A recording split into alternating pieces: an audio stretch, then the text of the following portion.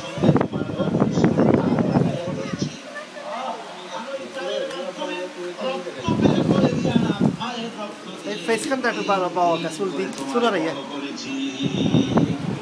রক্তটা মুখে লাগাই নাই, Udi ke মুখে sulti. লাগলে পরে নাপাক রক্ত মুখটা নাপাক হয়ে যাবে। আমি ভিতর দিয়ে পাস করে দিলাম, Kalau tu kalau মুখটাকে kalau পবিত্র রেখে দিলাম, যাতে করে দুনিয়ায় আসার পর আমার পবিত্র বানানো মুখখানা দিয়া এই দুনিয়ায় বসে তোমার আল্লাহর পবিত্র নামের জিকির করতে পারো।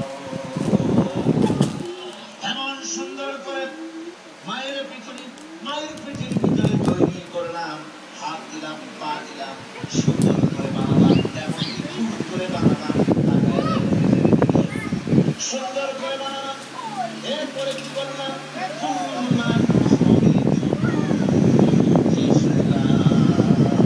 বাচ্চা আকারে মায়ের পেট থেকে আস্তে করে বের করে নিয়ে আসলাম। সুবহানাল্লাহ, আস্তে করে মায়ের পেট থেকে নিয়ে এসেছি পৃথিবীর বুকে।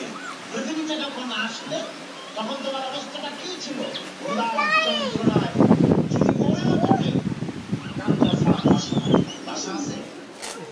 কোন হুঁশ ছিল না, কোন জ্ঞান ছিল?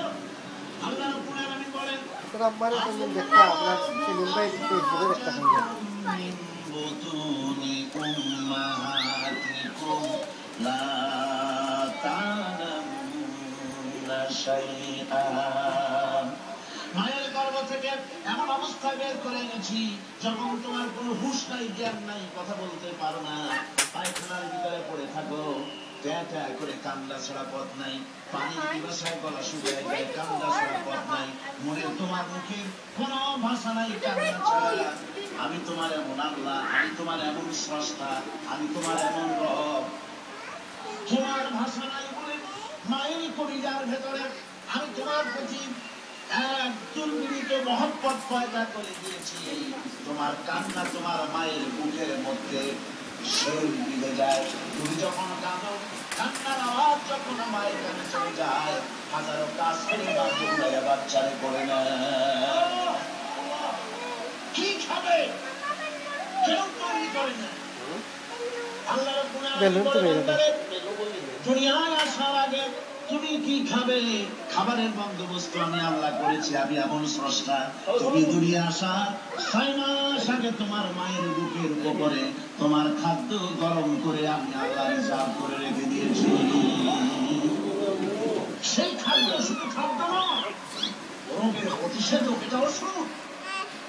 আজ চিকিৎসা বিজ্ঞানীরা বলছেন মায়ের দুধ সন্তানের খাবারের, মায়ের দুধের চাইতে কোনো বিকল্প কিছুই নাই।